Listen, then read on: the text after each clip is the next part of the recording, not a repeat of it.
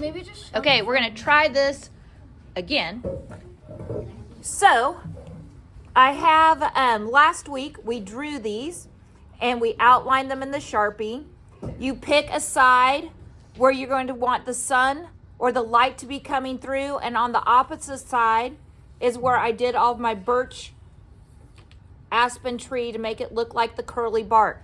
So again, on that side, I'm going to put just a streak of water.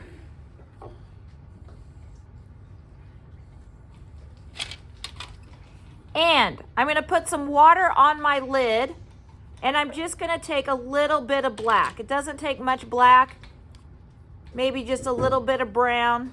And I'm going to just draw down the side.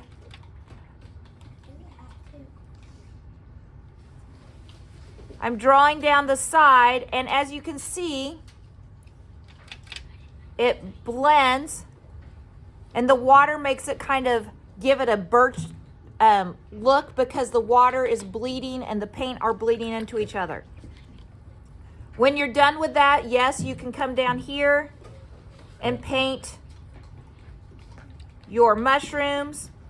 You might want to have two paintbrushes, a big paintbrush and a small paintbrush. We did find little red toadstools, mushrooms on the internet, so they are a real thing. And they have actually lots of tiny little white marks on them. Again, you might want to use a small paintbrush to paint your mushrooms. Now, some of you have drawn doors and windows and everything on your house, on your mushrooms to make them like little gnome houses. That's fine. For the bottom part of my mushroom, same thing. I'm going to paint it with water, and I'm going to come up here. I'm going to add a little bit more brown. And again, this is probably the only time I would say use white to kind of give it the creamy color of my toadstool, my mushroom bottom. While this part is drying, I'm going to come up here at the top. I'm going to wake up all of my fall colors, so my oranges. And I'm just dropping a little bit of water in all the colors I want to use. And it's okay to use a little bit of green, because even in the fall, you see some green up in the trees and on the ground. From there, I'm going to start with yellow. Make sure your brush is clean. I'm going to start with yellow, my lightest color, and I'm going to start adding leaves. And I'm just using my paintbrush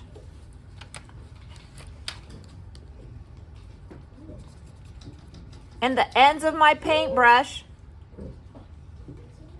to add leaves. But I want to use yellow first because it's my lightest color. Now I can come in with some of my orange or a lighter orange. And the more leaves I add, the more I'm going to start to want to overlap those colors. And it's okay if they start to bleed together, because up at the top of the canopy, when you see trees, they are more dense and full. You can do some on top of your tree branch. But I'm just going to keep adding. You can have some leaves like they're falling. It's pretty important, though, that you do yellow first. And once you do yellow, it's kind of hard to come back and do any more yellow because it's going to dirty up the paintbrushes.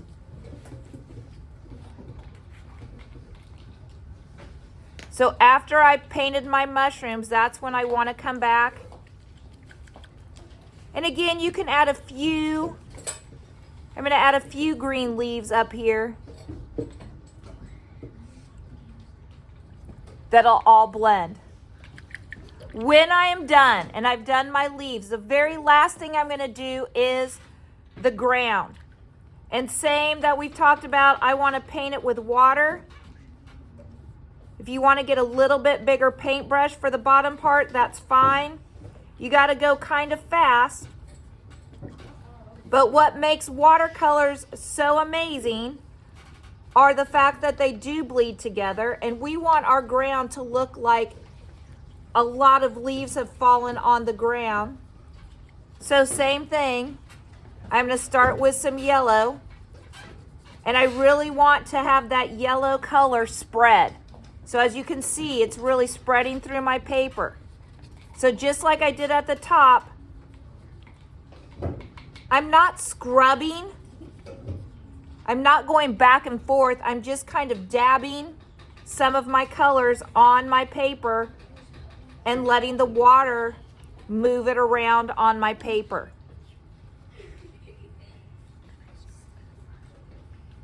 I'm letting the water do all the work. So if you need to add anything more to your paper, it'd probably be a little bit more water.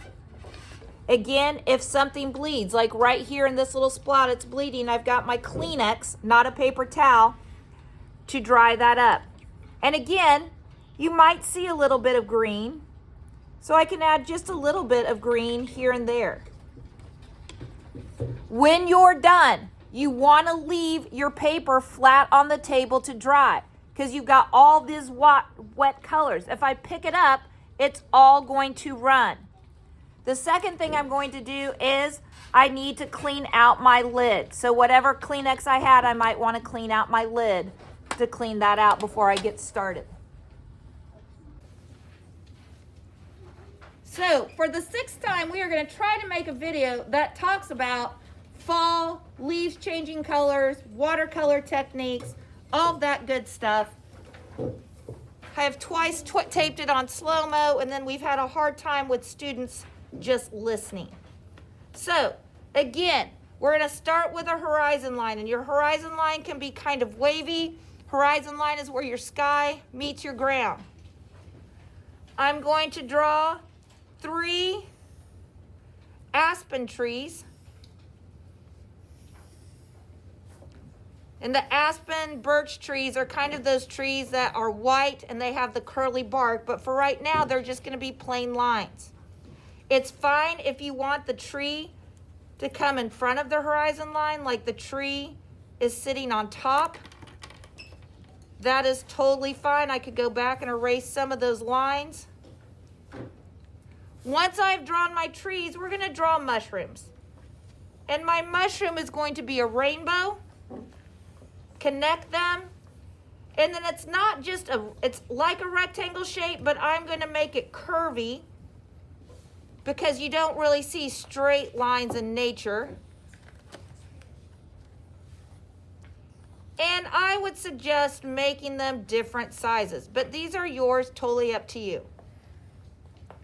And in the other classes, when I've done this, we've talked about, I don't know why when I think of drawing mushrooms, I always want to put polka dots on them. I don't think I've ever seen polka dots on a mushroom, but we were talking about that maybe from books that we've read, fairy tales or illustrations that we've seen, that's how they do the mushrooms. Now, I am fine with it just being mushrooms in a forest. But last year when we did this, somebody totally thought they looked like little gnome houses. So if you want to change it and make them into little houses, that's fine. It's a little creative touch. Love that idea. You can totally do that. So that's up to you. You can leave them plain, or you could add some cute little details to them. Once I've got it all drawn, the other thing we're going to do today is we are going to just paint a few things on here. And I'm going to wake my colors up to begin with. And I woke up my blacks, my reds, and my browns. The first thing I want to do is put a shadow on my trees. So I'm going to just use water and go down one side of my trees. The light is coming from this way. We can pretend like my water cup is the light. So this is going to be my darker side. I'm going to take a little bit of my black, swirl it around because I don't want something really dark. And I'm just going to go down the edge of my tree. And by just going down the edge and the fact that I already painted it with water, you can see how the paint is already starting to spread a little bit, and that's all I need. I just need a dark side to my tree. So that's all I need. I'm done with that. When I come down here to paint my mushroom, you might want a smaller paintbrush. And again, in talking to some of the other classes when we've done this, we kind of think about the red mushroom tops must have been things we've seen in fairy tale books and illustrations, because I've never seen a red mushroom top, but they're sure cute to draw. And they make a really cute roof for a gnome house. So again, I'm going to paint my mushroom. A little trick sometimes to watercolor is if you wanted to, you could paint something in water. And all that does is it provides a pathway for your paint to go. So anywhere where I had that water, when I come in to paint, you can see how the paint just flows and stays where I painted that water. Because I do want to keep my polka dots white. Again, this is how I'm doing mine. You can switch yours up. These are yours to do them a different way.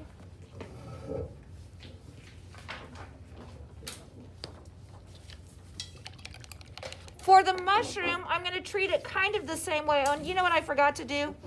Some of you, I know a lot of people don't like mushrooms because they're a fungus and they have those little crazy things underneath.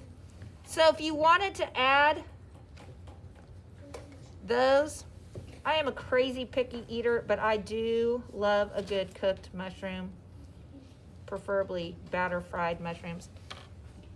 When I do my mushroom, I think I'm going to do the same thing. I'm going to paint it with water because the bottoms of mushroom are kind of a light creamy color. So again, I'm going to get some brown paint and swirl it on my lid.